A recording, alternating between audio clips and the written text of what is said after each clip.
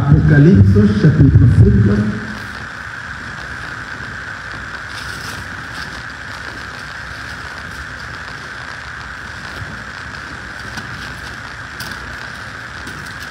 Neuvième verset jusqu'au 17e verset, jusqu'à la fin.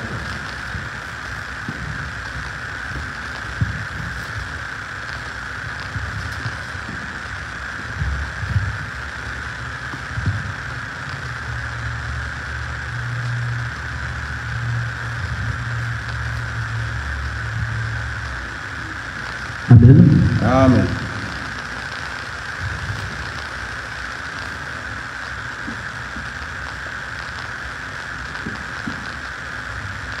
Après cela, je regardais et voici, il y avait une grande foule que personne ne pouvait compter, de toute nation, de toute tribu, de tout peuple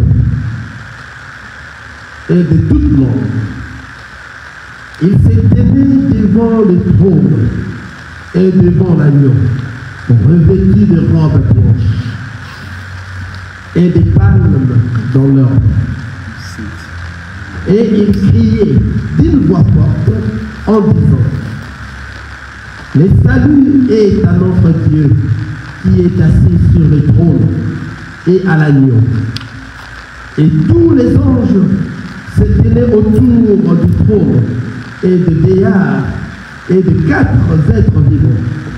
Et ils se prosternèrent sur leur face devant le trône et ils adorèrent Dieu en disant: Amen, la louange, la gloire, la sagesse, l'action de grâce, l'honneur, la puissance et la force soient à notre Dieu au siècle des siècles. Amen. Et l'un des vieillards prit la parole et me dit: ceux qui sont revêtus de robes blanches, qui sont-ils et d'où sont-ils venus? Je lui dis: mon Seigneur, tu le sais. Et il me dit: ce sont ceux qui viennent de la grande tribulation. Ils ont lavé leurs robes et ils les ont blanchis dans le sang de l'agneau.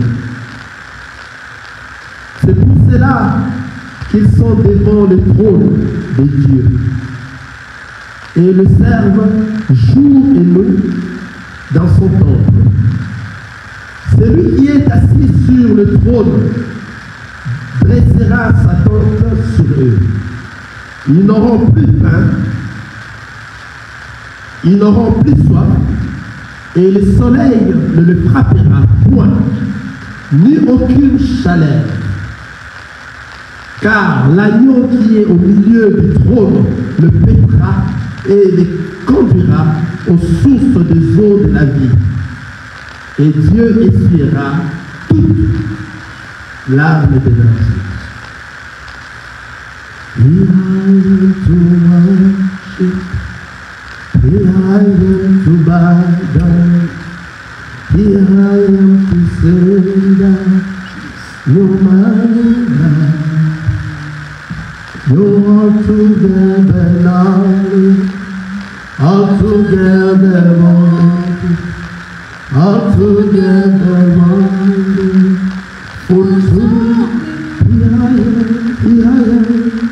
Here I am to worship, here I am to bow down, here I am to sing, you're my God.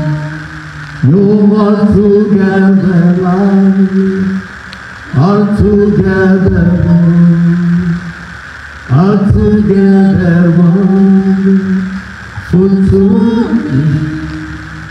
From the Lord, how much it costs to save my sin upon that cross. I'll never know how much it costs to save my sin upon that cross. Here I am to worship, I am to battle, I am to save.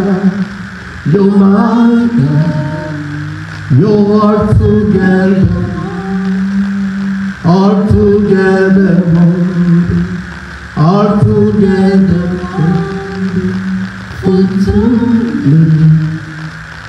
Merci Seigneur Jésus. Nous allons écouter cette parole. C'est une petite exhortation que nous allons encore une fois de plus exhorter les enfants de Dieu aujourd'hui. Alléluia. Nombreux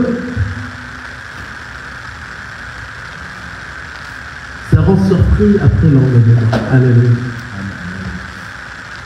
Nombreux se posent des questions, des familles et des familles se posent des questions. Est-ce que si je restais après l'enlèvement, est-ce que je serais encore sauvé?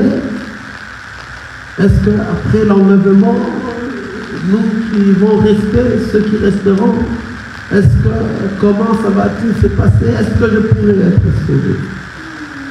Il y a des familles, lorsque nous avions parlé la fois passée ici, il y a une famille qui m'a appelé pour poser cette question que nous avions tant à tout moment prêché ici. Ils ont posé beaucoup de questions, ils ont dit comment cela pourra se passer.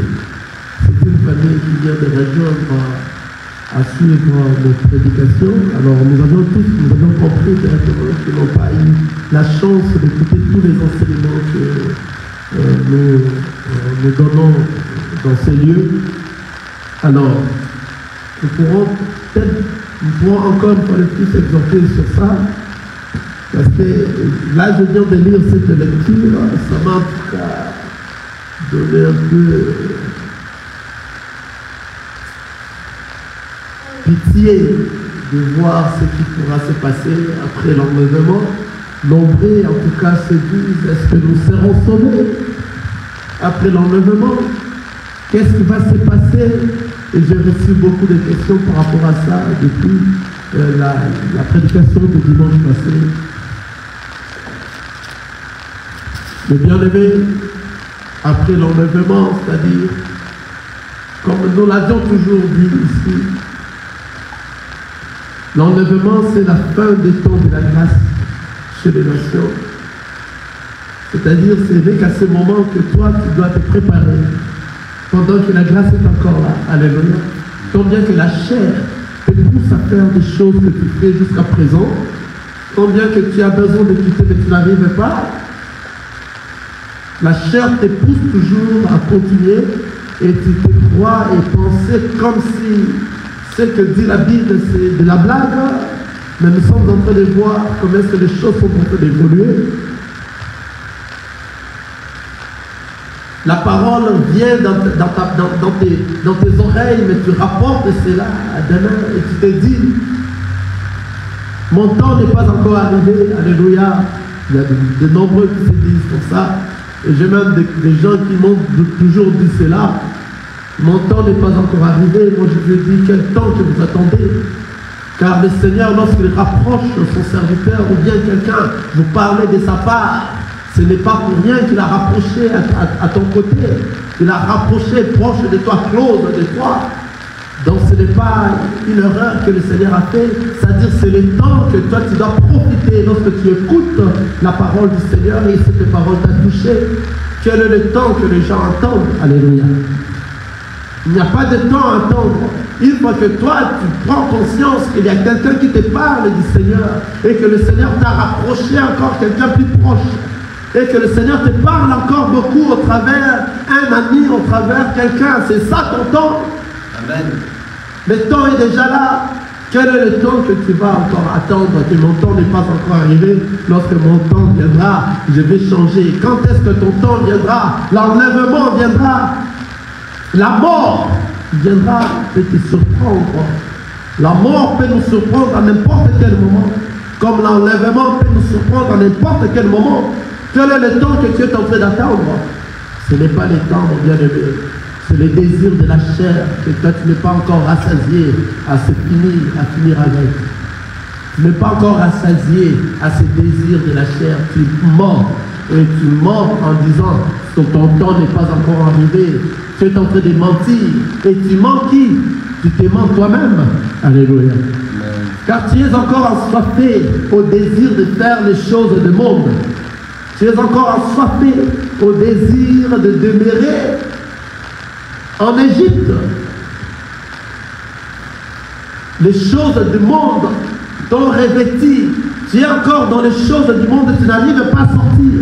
Et lorsqu'on te parle, tu parles du temps. Que ton temps n'est pas encore arrivé. C'est faux. C'est au moment où tu es en train d'écouter cette parole, là où tu es mon bien-aimé, que tu sois ici, que tu sois dans des réseaux sociaux, que tu sois ceux qui vont nous suivre après, c'est à ce moment que tu écoutes cette parole. C'est ton temps. Si tu es distrait, alléluia, si tu es distrait, tu vas rater l'enlèvement. Si tu es distrait, tu vas mourir pécheur. Notre Fondateur dit, ce n'est pas par rapport à la mort que tu as péché, donc la mort, ce n'est pas un péché. Alléluia. La mort physique comme ça, ce n'est pas un péché. C'est-à-dire, tout le monde doit mourir. Amen. Amen. Maintenant, mourir, maintenant étant enfant de Dieu, et mourir restant dans les mondes. C'est ça la différence. Quelqu'un a compris? C'est-à-dire, comme tout le monde va mourir, ce n'est pas parce qu'on t'a dit que tu mourras et que tu es mort, c'est à ce moment que toi tu as péché, voilà, parce qu'il a fait ceci, c'est pour cela il est mort. Non. Qu'est-ce que tu fais pendant que tu vis? Est-ce que ta vie a changé réellement? Est-ce que tu as reçu réellement le Christ dans ta vie? Est-ce que réellement toi tu te prépares pour retourner à la maison? C'est pendant ce temps ici que nous sommes. Pendant que la grâce est encore là. C'est le temps de la grâce. C'est le moment où le Seigneur nous a fait grâce, afin qu'à ce moment, lorsque tu écoutes sa voix, il ne faut pas endurcir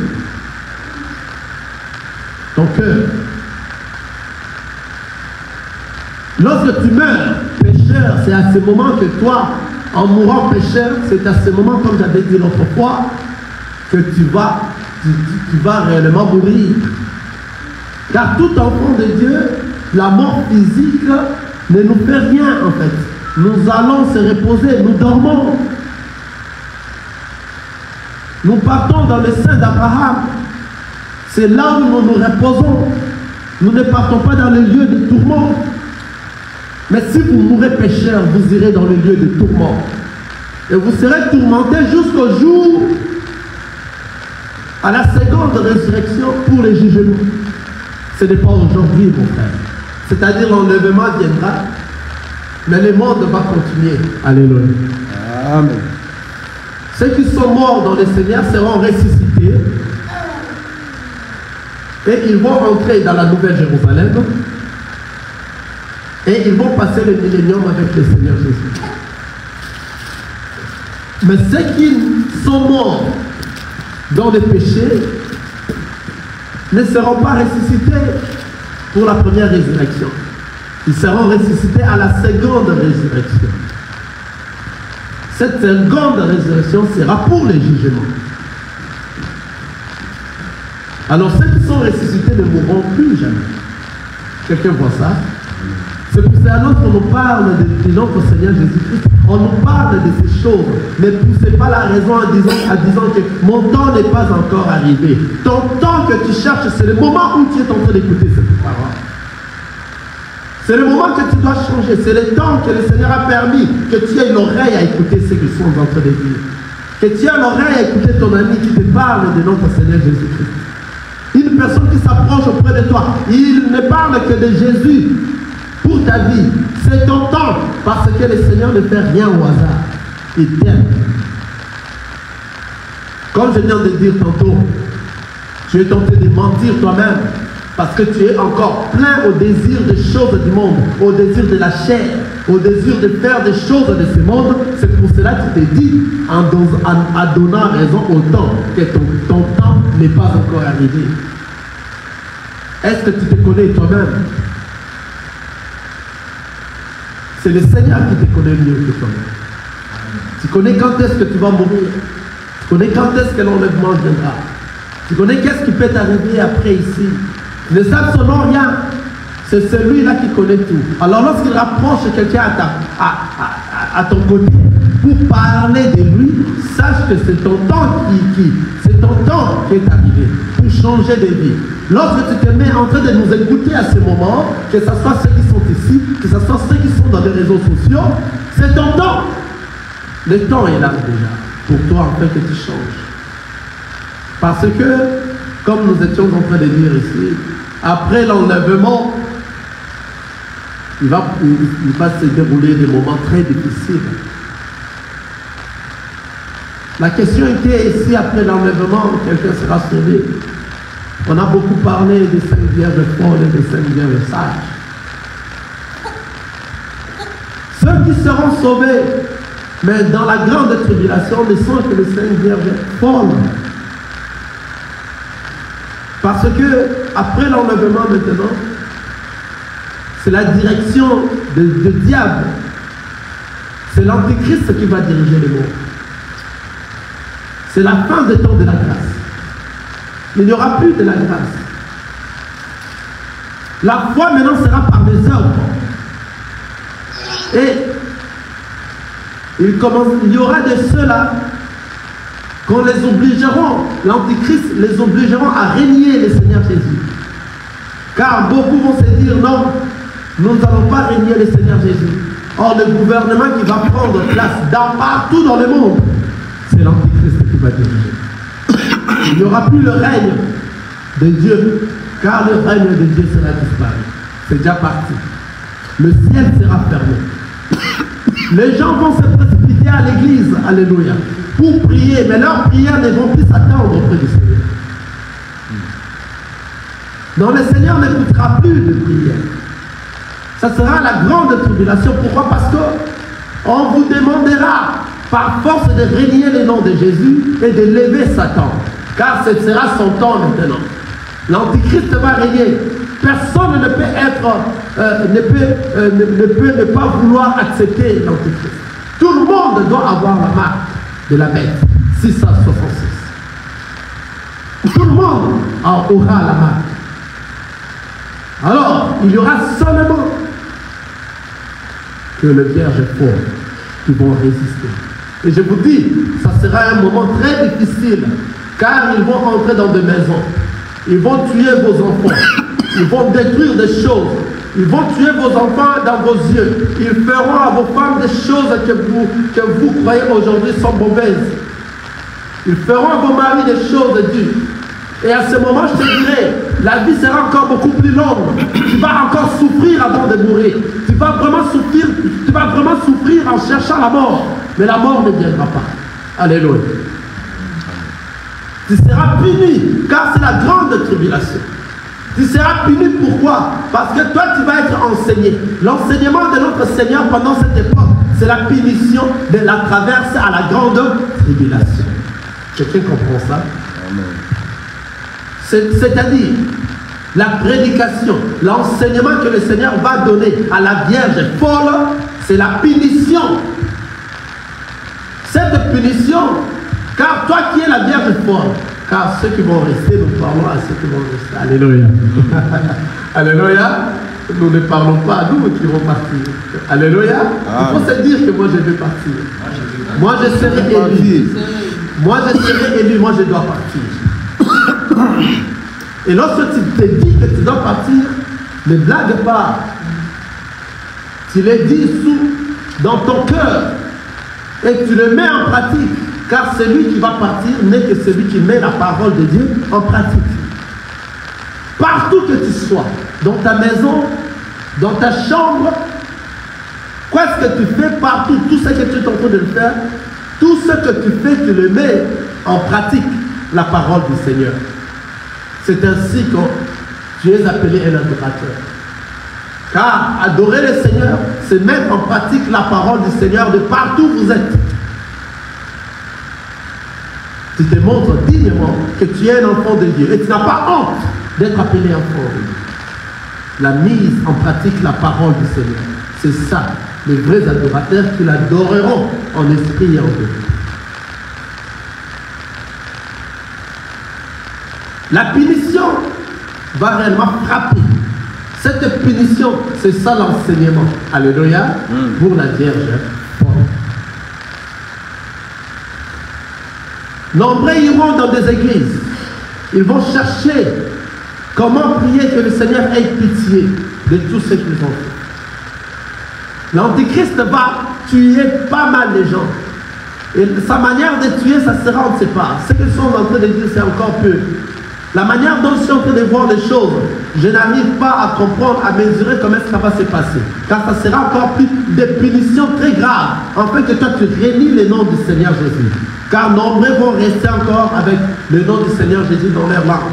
Alors à cette époque, c'est le gouvernement de l'Antichrist qui va prendre la direction du monde. Et toi tu vas rester. On te demandera à régner le Seigneur Jésus-Christ.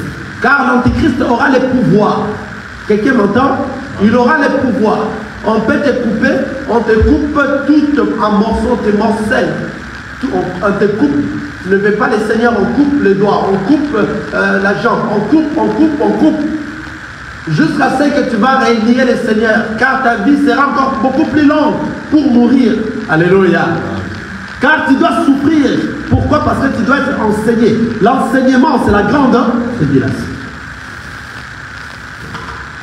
Et lorsque nombreux qui ne seront pas à supporter toute cette souffrance, alléluia, après avoir été coupé par-ci par-là, parce que l'Antichrist aura le pouvoir, une fois que tu dis seulement que non, j'accepte l'Antichrist, on te donne la marque de la bête, tout ce qu'on t'a coupé est revenu, tu es redevenu normal. Parce qu'à ce moment-là, il aura le pouvoir de tout. Quelqu'un voit ça? Tu es redevenu à la normale et tu auras maintenant, une fois que tu as la marque de la bête, c'est fini. C'est fini. Toi, tu n'es plus compté parmi la Vierge forte. Il n'y aura même plus le temps de prier. Pourquoi? Parce que tous ceux qui ne sont pas dans le Seigneur seront poursuivis dans des maisons et de partout. Pour prier, il y aura des gens qui vont commencer à se cacher pour demander au Seigneur. Car il n'y a pas de temps. L'Antichrist saura. Imaginez-vous, il est esprit. Il voit tout. Partout les enfants de Dieu sont. Il va repérer. Il n'aura pas de choses, il faut suivre comme ça. Non. Il y a des esprits, des démons qui vont régner.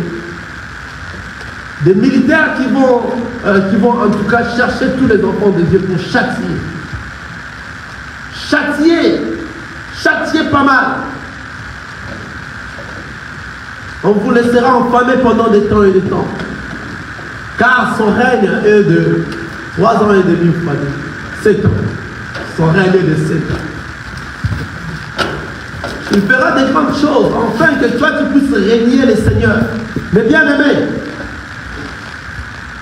ne cherche pas à arriver à ce moment-là. Pendant qu'il y ait encore la grâce, cherche à changer ta vie. Cherche à changer ta vie. Car on a longtemps parlé que le Seigneur est bientôt à venir. Nombreux se disent, mais ça fait longtemps que vous ne parlez que de ça. Mais les gens seront surpris. Car des choses vont très bien. Nous les enfants de Dieu, nous voyons et nous comprenons que bientôt nous allons partir. Les choses en tout cas vont et s'arrangent à la manière de la parole du Seigneur et nous disons merci Seigneur Jésus, viens afin que nous partions. Que l'enlèvement se passe afin que nous soyons enlevés. Tout celui qui est prêt, tout celui qui se prépare déjà, il n'a peur de rien car il sait que lorsque l'enlèvement arrive, à n'importe quel endroit il sera enlevé. Amen. Tous ceux qui marchent à la crainte de la parole du Seigneur, ils seront enlevés. Comme nous avons dit la fois passée, c'est par des violations, par des sacrifices que nous allons entrer dans la gloire du Seigneur. C'est par des tribulations. Alléluia. Je suis en train de parler de deux choses, la grande tribulation et des tribulations. C'est-à-dire, pendant ce temps de la grâce, il y a des tribulations. Et ces tribulations, malgré qu'il y a des tribulations, mais il y a aussi la grâce. Quelqu'un comprend ça? Donc tu ne peux pas entrer dans la gloire du Seigneur comme ça seulement. Tu dois traverser le tribulation. Alléluia. Pendant cette époque que nous sommes. Pendant les temps de la grâce. Ces tribulations feront que la chair fera en sorte que toi tu suives le désir de la chair, afin que toi tu restes. Les mondes feront des choses afin que toi tu suives le plaisir du monde, afin que tu restes. Tout ce que tu feras afin que le monde va t'attirer aux choses du monde. Vous voyez, les églises n'aura plus assez de gens parce que nous nous approchons déjà. Ceux qui vont persévérer jusqu'à la fin, ce sont que ceux-là qui seront enlevés. Cette tribulation, lorsque tu te sens, tu veux faire du bien, mais tu n'arrives pas à les faire du bien, mais tu as besoin de faire du bien, mais tu n'arrives pas. C'est ça des tribulations. Tu continues dans les choses du monde, tu continues dans la masturbation, dans le viol, dans le vol, comment dirais-je, des gens qui aillent dans des boîtes de nuit et autres.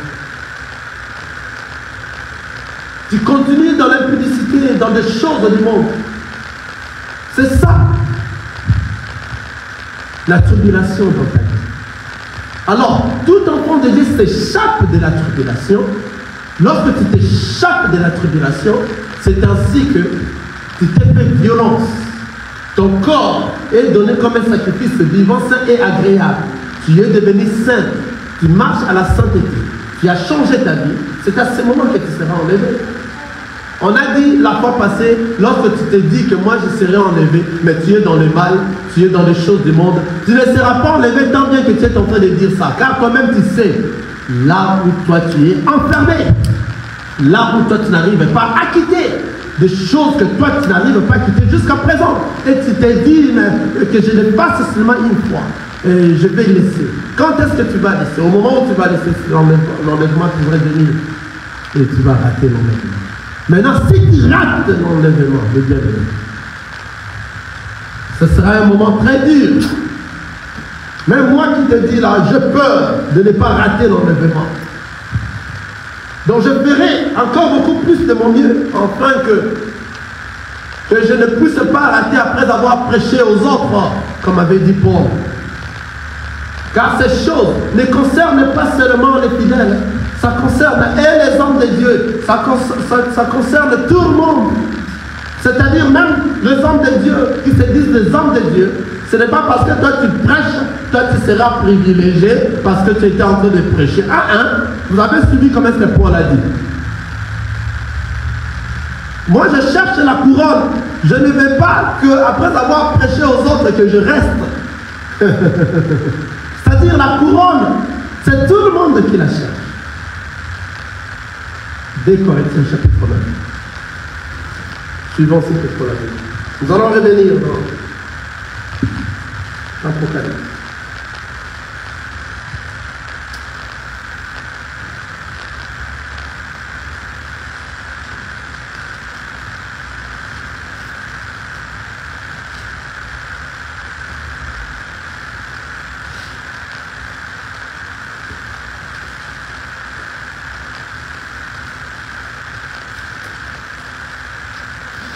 Paul a dit qu'il ne veut pas rester raté. Alléluia. Après avoir prêché aux autres, nous allons voir ça. 1 Corinthiens chapitre 9. 1 Corinthiens, ce n'est pas 2 Corinthiens, c'est 1 Corinthiens chapitre 9. Je lis dans le 25e verset.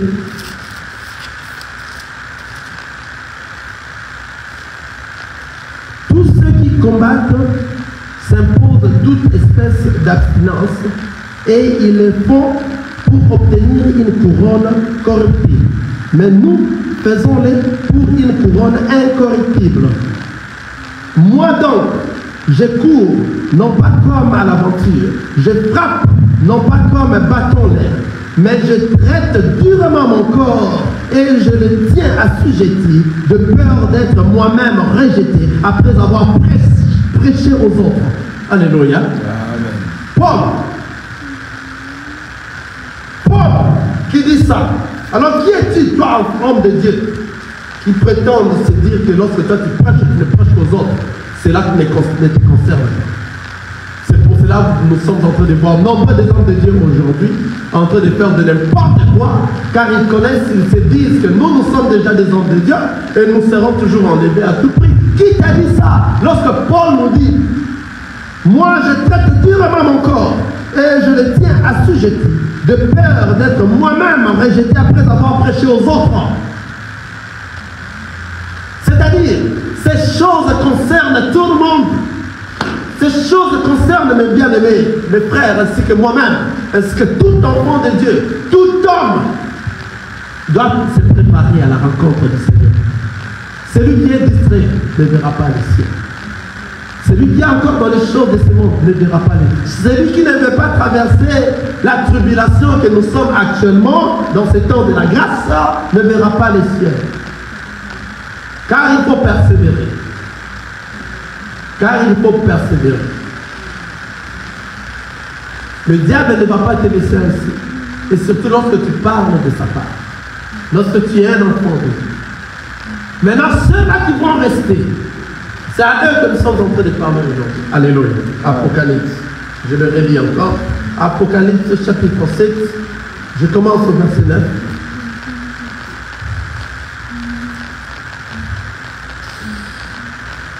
Suivez encore très attentivement. Regardez. Après cela, je regardais et voici, il y avait une grande foule que personne ne pouvait compter, de toute nation, de toute tribu, de tout peuple et de toute langue. Ils se tenaient devant le trône et devant l'agneau, revêtus de robes blanches et de palmes dans leurs mains. Maintenant, regardez, suivez dans le verset 14. Je lui dis, mon Seigneur, je ne sais pas. D'abord dans le verset 13. Et l'un des vieillards prit la parole et me dit, ceux qui sont revêtus de robes blanches, qui sont-ils et d'où sont-ils venus?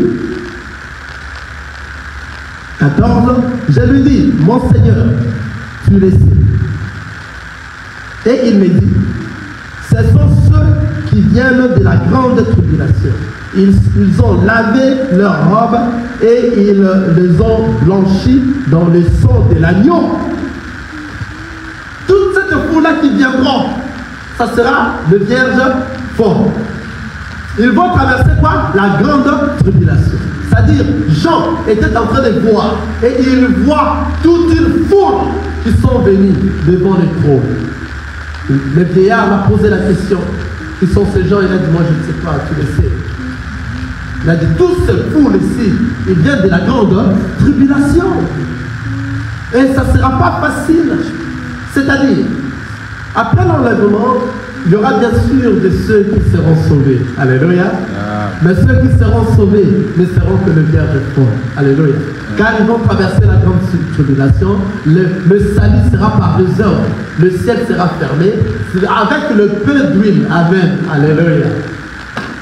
Avec le peu d'huile qui va rester et le peu de la lampe qui s'allumait, parce que vous savez l'histoire des 10 vierges. Hein? Les 5 avaient l'huile et les 5 autres aussi avaient de l'huile. Les autres, les 5 sages avaient l'huile en réserve. Et les 5 Paul n'avait pas d'huile en réserve. Mais lorsque le mari était venu, les lampes s'éteignaient. Alléluia. La parole nous dit que les lampes ne s'étaient pas éteintes.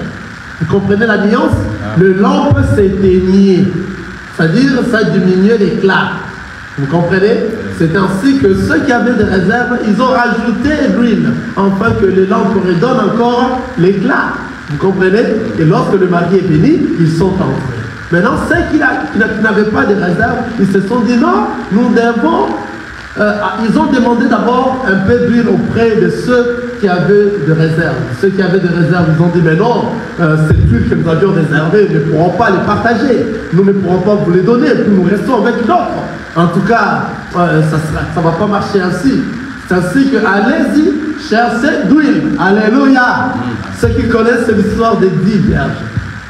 Les 10 vierges, les enfants de Dieu qui sont sortis du monde. Ils se sont mis dans le chemin à la rencontre de l'époux.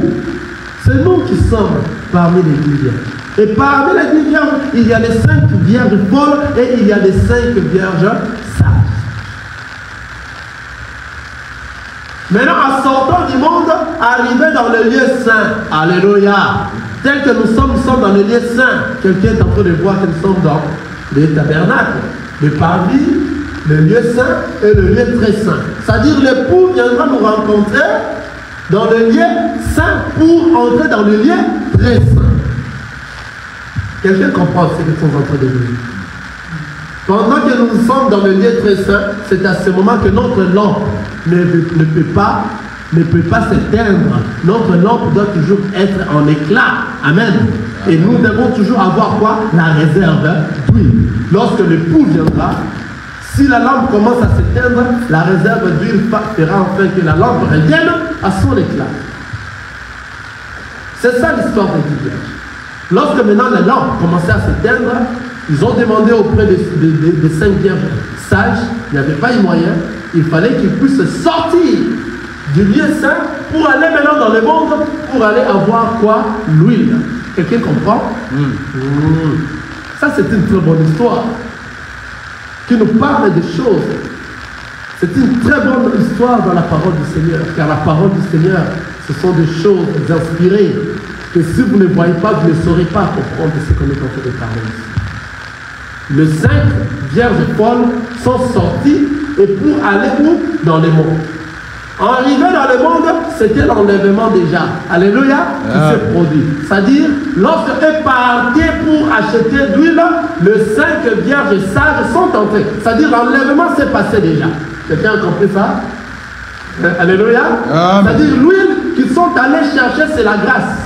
En sortant pour aller chercher l'huile, les 5 vierges sages sont déjà partis pour voir parce que l'époux était venu. C'est-à-dire l'huile qu'elles sont allées chercher, ils ne verront pas cette huile. Quelqu'un a vu ça? Amen. Malgré qu'ils sont allés chercher l'huile, mais ils n'en auront pas cette huile qu'ils sont allés chercher. Parce que les temps de l'enlèvement, c'est la fin du temps de la grâce. Donc le Seigneur Jésus-Christ est déjà venu chez les nations et ceux qui étaient prêts, ceux qui avaient de réserve d'huile, ils ont ajouté l'huile dans la lampe et la lampe a donné encore de l'éclat. C'est ainsi qu'ils sont partis. Quelqu'un a vu ça? Et maintenant, le pain d'huile qui est resté avec le vierge folles, le pain de l'éclairage qui continuait à allumer, c'est à ça que le vierge folles se sont accrochés à ça. C'est-à-dire, pendant la grande tribulation, ce sont que le vierge folles, je le répète, ce sont que le vierge folles qui vont persévérer jusqu'à la fin. Car la grande tribulation, tu l'attends comme ça parce que tu ne l'as pas encore vécu. D'ailleurs, rien que la tribulation nous tombe. Alléluia. La tribulation, seulement ici, les gens tombent dans le péché. Mais maintenant, la grande tribulation. Quelqu'un voit ça? C'est-à-dire la femme. Le Seigneur, lorsqu'il avait puni la femme, il avait dit, ta douleur augmente. Quelqu'un voit ça? Je suis dans les jardins d'Éden. La femme est dans la femme, elle a dû pécher. Vous voyez, vous comprenez cette histoire. Mais le Seigneur a dit à la femme, tu enfanteras avec douleur. Donc, c'est-à-dire, il y aura de l'augmentation de la douleur pendant que tu es. C'est-à-dire, la douleur était déjà. Pour qu'une femme enfante, la douleur est là déjà. Mais il y aura l'augmentation de la douleur. C'est quoi l'augmentation de la douleur? C'est la grande tribulation. Actuellement, dans les temps de la grâce, la douleur est là, c'est la grâce. Pendant ces temps de la grâce, nous sommes dans la douleur qui est la tribulation. Alléluia. Amen. Afin que nous puissions chercher comment à persévérer jusqu'à la fin pour être enlevés. C'est ça la douleur. C'est ça la tribulation. Maintenant, après l'enlèvement et que nous sommes enlevés, la douleur va augmenter. Quelqu'un comprend? Ça deviendra la grande tribulation. Ça ne sera plus la tribulation, ça devient la grande tribulation. L'augmentation de la douleur. Alléluia. Amen. C'est ça que nous, les enfants de Dieu, nous ne devons pas assister pendant ce temps-là. Malgré que la parole de Dieu a dit qu'il y aura encore des vierges folles qui viendront, nombreux de ceux qui viendront. Mais moi, j'ai pris enfin que ceux qui écoutent cette parole, qui ne soient pas parmi ceux qui vont traverser la grande tribulation. Alléluia. Que nous fassions tout pour aller à la première tour, être élus une fois pour toutes, afin que nous soyons enlevés auprès du Seigneur. Quelqu'un voit ça? Amen. Parce que pendant la grande tribulation, ce sera des moments vraiment très violents que vous n'avez jamais connus, que le monde n'a jamais connus. Donc il y aura des choses très bizarres qui vont se produire. Et maintenant, malgré cela, il y aura encore de ceux-là qui sont des vierges forts. Ils vont traverser cette grande tribulation. Ils vont tenir fort. Ce sont ceux-là que la parole est en train de nous dire ici dans Apocalypse chapitre 14. Je lui dis, mon Seigneur, tu le sais, et il me dit, ce sont ceux qui viennent de la grande tribulation. Ils ont lavé leurs robes et ils les ont blanchis dans le sang de l'agneau. N'entendez pas ce moment ici. Faisons tout pour monter, pour être enlevés. Faisons tout pour mourir dans le Seigneur.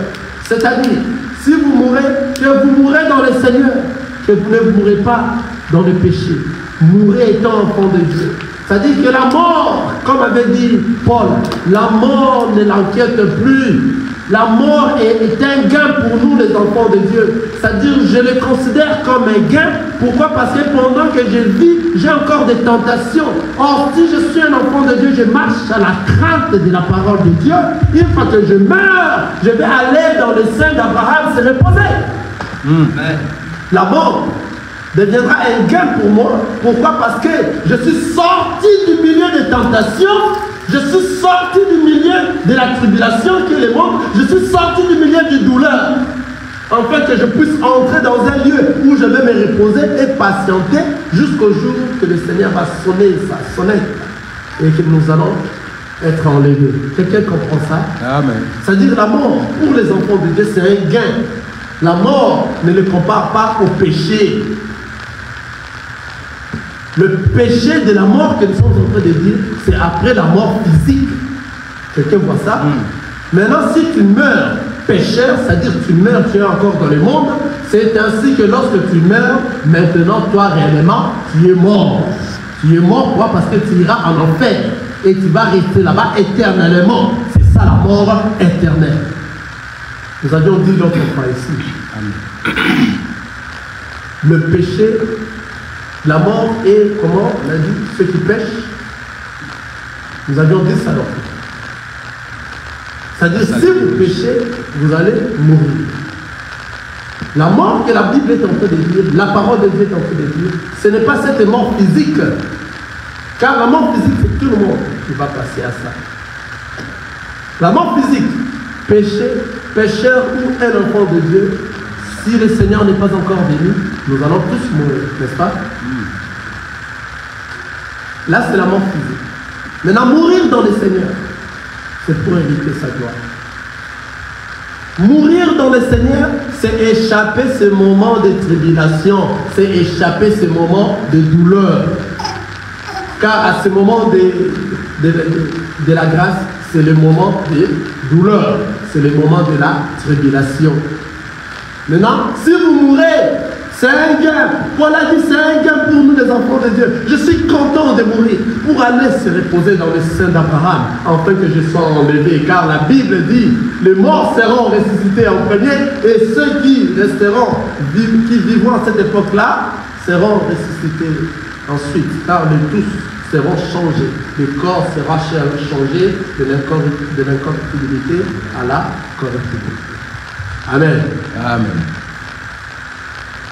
C'est ainsi que tous ceux qui vont rester vont traverser la grande turbulence, la grande tribulation. Et cette grande tribulation, seulement ceux qui sont les enfants de Dieu, seulement ceux qui sont réellement des vierges folles, qui vont tenir jusqu'à la fin, et ils seront tous tués.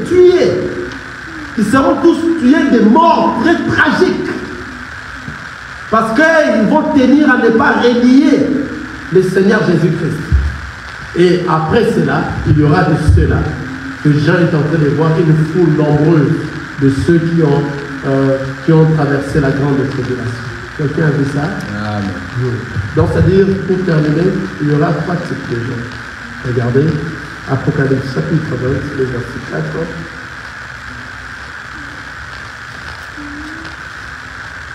Regardez, suivez très bien, Apocalypse chapitre 20. Je suis dans le verset 4. Et je vis les trônes, et à ceux qui s'y assirent, fit donner le pouvoir de juger. Et je vis les âmes de ceux qui avaient été décapités à cause du témoignage de Jésus et à cause de la parole de Dieu, et de ceux qui n'avaient pas adoré la bête ni son image, et qui n'avaient pas reçu la marque sur leur front et sur leurs mains. Quelqu'un est en train de voir ça? C'est-à-dire, il y a eu déjà de ceux qui sont assis en train de juger. Je réponds, c'était pas vrai. Sois avec moi, amen, mon frère.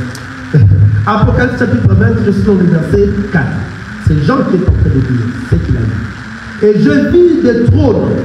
Il a vu des trônes, c'est au pluriel. Je vis des trônes, c'est-à-dire nous cherchons la couronne. Alléluia. Amen. Donc Paul est en train de dire,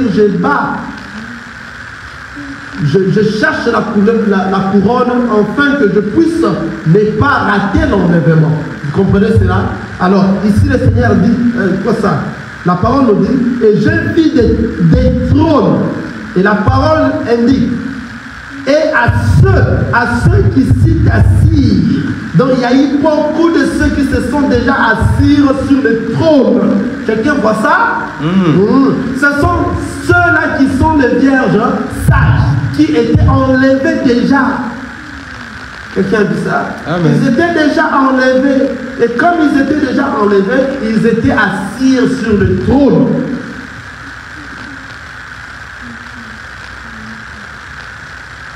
Puis donner le pouvoir de juger. Ah, on les a déjà donné le pouvoir de juger.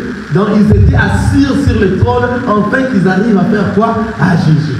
Ce sont les vierges sages qui étaient déjà enlevées. Amen.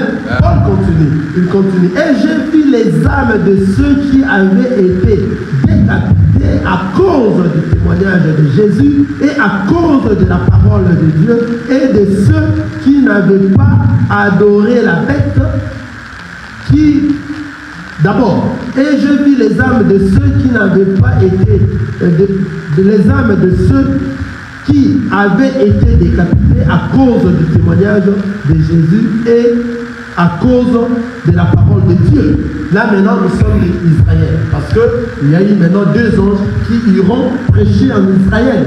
Et Israël vont recevoir la parole. Comme ils vont recevoir la parole, et tous seront tués, alléluia. Les âmes, et ils seront décapités.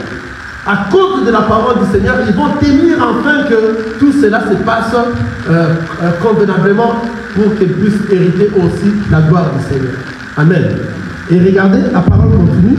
Et de ceux qui n'avaient pas adoré la bête ni son image, et qui n'avaient pas reçu la marque sur leur front et sur leurs mains. C'est-à-dire ceux qui sont restés, qui n'avaient pas adoré la bête, qui ont refusé de prendre la marque dans leur visage et dans leur front. Ils ont refusé cette marque. Ils n'ont pas voulu régner le Seigneur Jésus. Ils ont accepté la grande tribulation. On les a flagellés, on les a frappés terriblement, déchiqueté leur corps. Mais ils ont accepté de ne pas régner le Seigneur Jésus-Christ. Ce sont ceux-là que la parole est en train de dire. Et qu'est-ce que nous dit la parole? Ils rêvèrent à la vie et ils régnèrent avec Christ pendant 1000 ans. C'est là, tous ceux-là, ils vont revenir à la vie. C'est-à-dire, il y a déjà ceux qui sont assis sur le trône, c'est ceux qui étaient enlevés pour la première fois. Alléluia. L'enlèvement, ils sont allés, donc le vierge sage, il y a de ceux-là qui ils étaient décapités, leur tête était décapitée, on les a tués à crosse. Ils n'ont pas voulu régner le Seigneur Jésus-Christ. C'est Israël et la Vierge forme, ceux qui vont rester à la grande tribulation. Ils ont refusé de prendre la marque de la bête. Ils ont refusé de prendre cette marque, ils ont accepté le Seigneur Jésus-Christ. Alors ceux-là qui vont traverser la grande tribulation, ce sont ceux-là que cette foule que le vieillard est en train de poser à Jean, qui sont ces gens? Et lui-même a répondu, ce sont ceux qui viennent de la grande tribulation. Ils seront ressuscités. C'est ça la première résurrection. Et aussi viendront pour se rassembler avec ceux qui sont allés à la première tour, afin que nous puissions entrer en Jérusalem et vivre notre liberté. Ça c'est bon, c'est très bon. Alors il ne faut pas hésiter à demeurer l'enfant de Dieu pendant ce temps. Ces temps ici, surtout les temps, continuent à devenir très mal. Alléluia. Selon mes calculs à moi-même, je sens que comme si, d'ici 2035, quelque chose va se passer. Alléluia. L'enlèvement pourra probablement déjà être là parce que le moment est en train de parcourir très mal. Alléluia. Persévère jusqu'à la fin. Prends courage. Annonce cette nouvelle du royaume de Dieu auprès de tes amis. En fait, qu'ils n'aient pas raison auprès du Seigneur, que personne ne m'a donné cette nouvelle. Je n'ai jamais écouté ça. Alléluia. Malgré qu'ils te diront que leur temps n'est pas encore arrivé, tu leur dis le temps que tu cherches. C'est le Seigneur qui m'a envoyé de te parler, de t'annoncer cette bonne nouvelle, afin que tu changes. Ton temps est maintenant lorsque tu es en train de m'écouter. Alléluia. Change ta vie. Précipite-toi à changer ta vie, afin que tu puisses hériter la gloire du Seigneur. N'ose pas à demeurer dans le monde, car tu vas traverser la grande tribulation. Et après cette grande tribulation, les temps seront très difficiles. Est-ce que qui connaît si réellement toi tu vas tenir pendant l'épée de l'Antichrist? Car l'Antichrist va tellement frapper, il y aura des famines pendant des années, car il va régner pendant 7 ans. Est-ce que toi tu sauras, un jour seulement, tu n'as pas mangé? Est-ce que toi tu arrives un jour seulement, une journée que tu n'as pas mangé? Toi tu arrives, car pour acheter, pour vendre, pour tous ceux qui auront que la marque de la bête, ce sont que ceux-là qui vont acheter, ce sont que ceux-là qui vont vendre. Il n'y aura pas de nourriture. La terre ne te donnera plus à manger parce que toi tu es un enfant de Dieu. Alléluia. Tu ne sauras pas cultiver, prendre à manger. C'est-à-dire que tu auras des moments très difficiles. Tes enfants vont traverser des moments. Tu vas voir tes enfants être tués à tes propres yeux. Ils te feront des choses atroces, des mauvaises choses, des choses qui vont te révolter, mais tu n'as pas de force à faire quoi que ce soit. Car c'est l'Antichrist qui règne. Quelqu'un comprend ça? Soyons donc vigilants. Nous tous, soyons vigilants à ne pas rater l'enlèvement. Soyons prêts pour l'enlèvement. Raisonnons à ça à chaque jour, à chaque instant. Raisonne que moi, je suis un enfant de Dieu. À chaque moment, à chaque seconde, tu te dis que je suis un enfant de Dieu. Je suis un enfant de Dieu. Même si quelqu'un vient te tenter, même si tu veux tomber dans quelque chose, tu te dis de toi-même, même si tu es énervé, la colère est montée dans toi, tu te dis je suis enfant de Dieu. Je ne peux pas agir ainsi. Je dois agir comme étant un enfant de Dieu. Je me prépare pour retourner à la maison. Alléluia. Moi, je le connais et moi, je vais retourner à la maison. Amen. Amen. Tu te dis de toi-même que moi, je vais retourner à la maison. Je serai enlevé parmi ceux qui seront enlevés. Je ne vais pas connaître la grande tribulation.